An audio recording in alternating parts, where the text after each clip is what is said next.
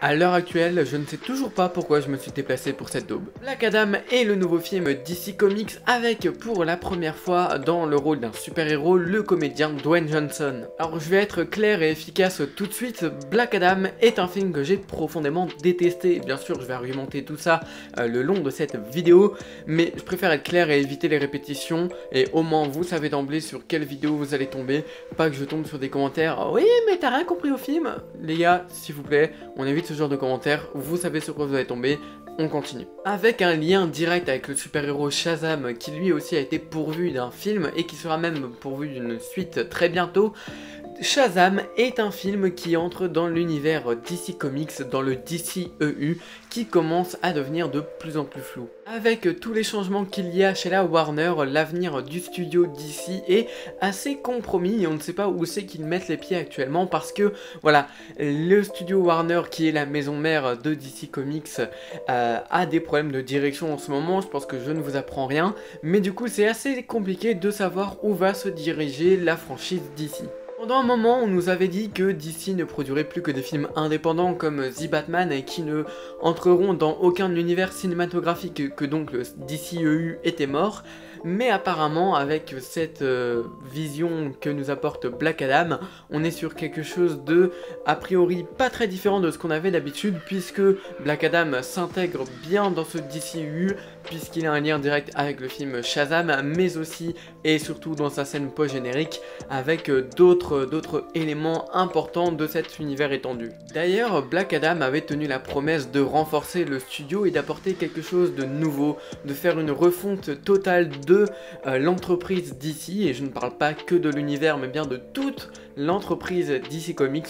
Voilà pourquoi c'est un film extrêmement important qui de base devait apporter cette dose de fraîcheur et d'importance à l'univers d'ici, et forcé de constater que non, ce n'est pas le cas. Le seul changement visible dans la programmation des films d'ici après post du coup Black Adam, et avec ce Black Adam qui en est donc le premier témoin, c'est que DC va sûrement se marveliser beaucoup plus, et c'est assez décevant. C'est décevant quand on voit les récentes dispositions qu'avait pris la Warner et DC Comics pour la production de ces films qui honnêtement étaient très vendeuses. J'avais très envie de voir ce qu'allait donner DC à l'avenir, et puis quand je vois ce qu'il nous propose Black Adam, je vous avoue que là ça m'a clairement refroidi. Parce que honnêtement, DC Comics ça commençait à vraiment devenir intéressant parce qu'il y avait des films indépendants qui ne faisaient partie d'aucun univers cinématographique, qui étaient des bêtes de films. Je pense à The Batman qui est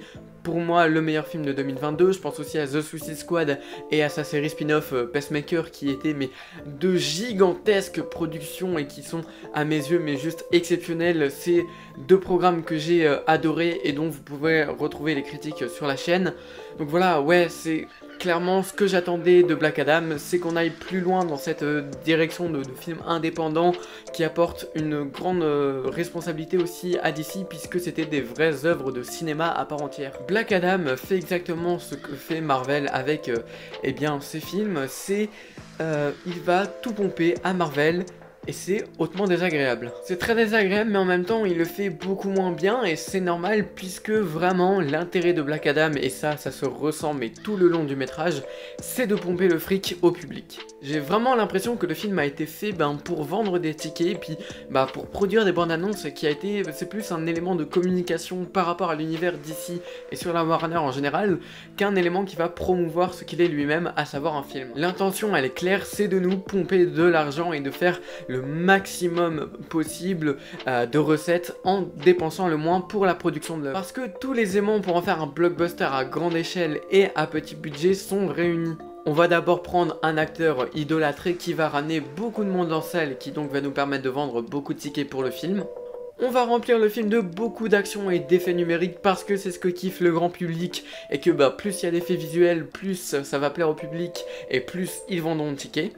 Et on va produire un scénario quasiment inexistant pour, encore une fois, ne pas perdre ce même public. Et c'est bien pour ça, je pense, que malgré tout ça, Black Adam ne sera pas un flop au niveau du box-office. Il suffit de voir le nombre de personnes qu'il y avait dans la salle de cinéma. Quand il s'agit d'œuvres indépendantes, les salles sont vides, mais quand il s'agit de grandes productions aseptisées comme Black Adam, les salles sont blindées, et je pense le public aime ça. Et ça, c'est totalement désagréable et très dommage pour ma part. C'est très dommage, je vous l'accorde, mais en même temps, j'ai envie de dire qu'on a le cinéma qu'on mérite. Et puis quitte à pomper un maximum de fric, Black Adam va surfer sur les tendances actuelles, notamment le hashtag Restore the Snyderverse, qui, on le sait, chez DC fait beaucoup parler puisque c'est l'attente numéro 1 des fans, le retour de Zack Snyder. Ce que veut la majorité du public DC Comics actuellement, et même s'ils n'ont pas eu Zack Snyder pour le projet, ils ont essayé de faire totalement la même chose et de reproduire en masse ce que faisait Zack Snyder avec son cinéma, mais dans Black Adam, produit par quelqu'un d'autre. On va avoir quelques éléments techniques qu'on a très souvent l'habitude de voir chez Zack Snyder. D'abord et avant tout, les fameux ralentis qu'on va mettre à tout bout de champ. Zack Snyder en est fan et j'ai l'impression qu'elle en abuse un peu dans la majorité de ses films. Mais alors là, dans Black Adam, on ressent très clairement l'intention de faire la même chose que lui, en mettant des ralentis un petit peu partout, de manière, tu sais pas trop pourquoi ils sont là. Tu sens que voilà, c'est une intention de satisfaire aussi ce public de DC Comics qui aime tant Zack Snyder. T'as envie d'aller plus loin et du coup ils vont mettre des ralentis un peu partout dans chaque scène d'action pour en faire un truc un petit peu plus lisible que la moyenne. Parce que ces ralentis, tous les mouvements sont, sont très carrés, très calibrés aussi. Voilà, ils vont mettre des ralentis à tout bout de champ, comme le faisait Snyder, et ça se ressent. Pour encore plus pomper ce que faisait Snyder, on va aussi mettre dans ces périodes de flashback qu'on a dans Black Adam, on va avoir le Kandak à l'époque, donc je ne saurais pas situer quand c'était, mais voilà, à l'époque plus ou moins médiévale. On va reprendre la photographie de 300, je pense que c'est une photo qui est assez emblématique, et forcément quand on parle un peu de cette médiévalité qu'on a dans 300, et qu'on a cette même médiévalité, ouais c'est bon je l'ai bien dit, dans Black Adam, au Kandak, on va te mettre la même photographie, l'histoire de te dire regarde, c'est pareil que ce que fait Zack Snyder. Autre exemple complet qui montre le travail de Zack Snyder sur par exemple Man of Steel, c'est la puissance des coups des personnages. C'est vrai que dans Man of Steel c'était quelque chose que j'avais retenu, c'est que quand Superman frappe, il y a des dégâts collatéraux de partout. Et franchement, on sent qu'ils ont voulu faire la même chose avec Black Adam, sauf que c'est beaucoup moins réussi. Et puis pour finir avec ce super pompage du cinéma de Zack Snyder, c'est aussi l'invasion zombie qui rappelle les débuts du réalisateur avec Shaun of the Dead, ou bien encore assez récemment avec Army of the Dead, qui sont deux projets qui parlent d'invasion zombie très clairement. Et c'est sans spoiler, quoique un peu, mais c'est pas vraiment, ce sera aussi un petit peu le cas dans Black Adam. Je vous en dis pas plus pour éviter de vous spoiler, mais en gros vous l'avez compris, Black Adam il fait la même chose que ce que faisait Snyder. Pour mettre les fans dans une pseudo nostalgie de l'époque où Snyder réalisait la plupart des projets DC Comics. C'est assez désagréable et assez putassier je trouve aussi comme manière d'exploiter ce cinéma. Et puis je pense que si vous voulez vraiment faire du Snyder pour un projet DC, faites venir Snyder. Je pense que l'intention qui a été démontrée c'était de rendre hommage à ce cinéaste. Premièrement, est-ce que Zack Snyder mérite un hommage? Voilà. Et aussi, moi j'y vois un peu ce moyen, encore une fois, assez putassier de prendre de l'argent aux fans qui attendent désespérément depuis plusieurs années maintenant le retour de Zack Snyder sur l'univers étendu DC Comics. Et voilà, en fait, ça montre clairement que DC est au courant de ce qui se passe et de ce que les fans veulent plutôt. Et ne font rien pour faire amener Snyder, à part cette pseudo-réalisation de Zack Snyder qui est Black Adam. Ouais, clairement, Dwayne Johnson montre clairement un peu ce côté pervers de la Warner et de lui-même de soutirer de l'argent au travers de son projet pour un film très aseptisé, vide, creux et vraiment sans intérêt. Parce que le tout est entièrement vide, on va avoir finalement un scénario qui se résume en seulement 5 lignes je pense dans sa globalité. C'est même pas une vanne, je peux résumer tout le film en vraiment 5 mots je pense.